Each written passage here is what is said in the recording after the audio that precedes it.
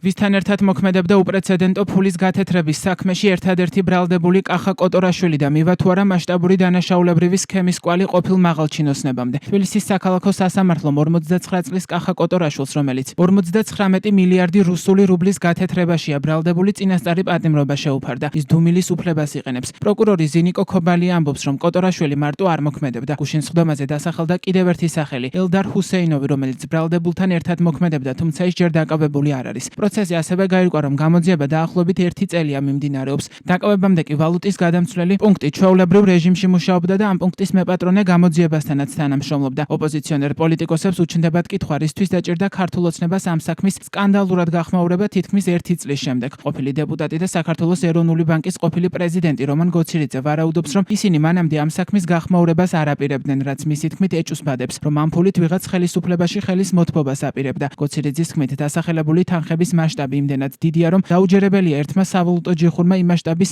სავალუტო ოპერაცია ჩაატაროს, რასაც კომერციული ბანკი ახორციელებს. ოპოზიციონერი პოლიტიკოსები ასევე სვამენ კითხვას, როგორ შემოვიდა ქვეყანაში ამ რაოდენობის თანხა, ისე რომ ვერც სახელმწიფო უსაფრთხოების სამსახურმა, ვერც შინაგან საქმეთა სამინისტრომ და ვერც ეროვნულმა ბანკმა ვერაფერი გაიგო. აზერბაიჯანის სახმელეთო გზა საქართველოსთან დაკეტილი აქვს, საერთოდ მე ყველა მეზობელთან 20 წლიდან მოყოლებული და ამ ვითარებაში როგორ ხდებოდა მანქანებით შავი ფულის შემოტანა რუსული რუბლების საქართველოში, ისე რომ მას არ ყავდა არანაირი ორგანიზაციული ქსელი და რატომ არ მიმდინარეობს გამოძიება მათ შორის აზერბაიჯანის შესაბამის სამსახურებთან ერთად ამ შავ ფულთან დაკავშირებით და საერთოდ რისთვის იყო ეს რუსული რუბლები, რა მიზნით იყო საქართველოს შემოტანილი და როგორ მოხდა ისე რომ არც უსმა, არც ეროვნულმა ბანკმა და არც შსს-მა, რომელსაც საზღვრის კონტროლი ევალება, არაფერი არ იცოდნენ აქამდე ამის შესახებ. თუ ეს ყველაფერი, რა თქმა უნდა, არ ემსახურება ერთის მხრივ გარკვეულწილად საფრთხის შექმნას და ყალბი კორუფციასთან ბრძოლის მოტივს, სად არის რეალური გამოძიება? ქართულმა ოცნებამ აი თვითონვე აღიარა გუშინ, რომ ამ ქვეყანაში თურმე ერთი ვიღაც აბსოლუტურად წარმოუდგენელი ადამიანმა მოიპარა და გაათეთრა 625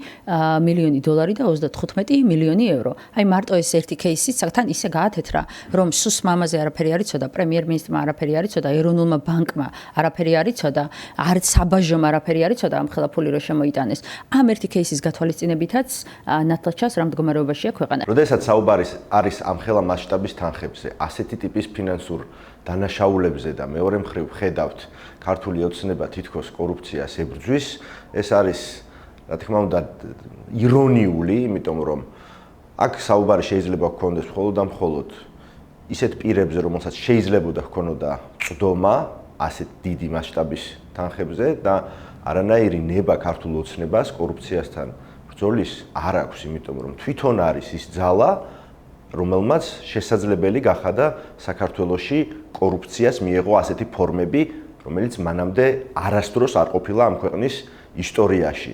შესაბამისად, ეს არის მხოლოდ და მხოლოდ მათი პროპაგანდა თითქოს ებრძვიან კორუფციას, ეს მათი შიდა კლანური დაპირისპირებებია, რომელიც ივანიშვილს მოჰყვება 90-იანი წლების რუსეთიდან, ეს არის მისი მაფიოზური კლანური მემკვიდრეობა. კახა კოტორაშვილის დაკავების შესახებ ინფორმაცია პროკურატურამ 16 სექტემბერს გაავრცელა. მოსამართლე ფიქრია სიკვდურაშვილმა აღკვეთის ღონისძიების სახით პატიმრობა მას გუშინ შეუფარდა. პროკურორმა ზინიკო ქობალიამ გუშინდელ პროცესზე განაცხადა, რომ საქმე უკავშირდება აზერბაიჯანიდან რუსული ვალუტის უკანონო ჩემოტანასა და დოლარში კონვერტაციას. პროკურორის თქმით, დანაშაულებრივი ჯგუფის წევრებმა აზერბაიჯანიდან უკანონო ჩემოტანილი 59 მილიარდი რუსული რუბლის კონვერტაციის შედეგად 624 მილიონი დოლარი და 35 მილიონი ევრო გაათეთრეს. როგორც ზინიკო ქობალიამ თქვა, ეს არ არის ერთჯერადი გადაცდომა და საქმე გვაქვს დანაშაულებრივ ჯგუფთან. გამოძიების ინფორმაციით დაახლოებით 59 მილიარდი რუბლის გათეთრება 2022-2024 წლებში უწყვეტად ხორციელდებოდა. პროცესი კი საბაჟო კონტროლის გვერდის ავლით იწყებოდა. შემდეგ თანხა სავალუტო ჯიხურებში ხვდებოდა და ბოლოს კომერციულ ბანკებში. იმ პერიოდში, რომელსაც პროკურატურა უთითებს, ქვეყნის პრემიერ-მინისტრი ირაკლი ღარიბაშვილი იყო. შინაგან საქმეთა მინისტრი ვახტანგ გომელაური, სუსის უფროსის თანამდებობას კი გრიგოლ ლილუაშვილი იკავებდა.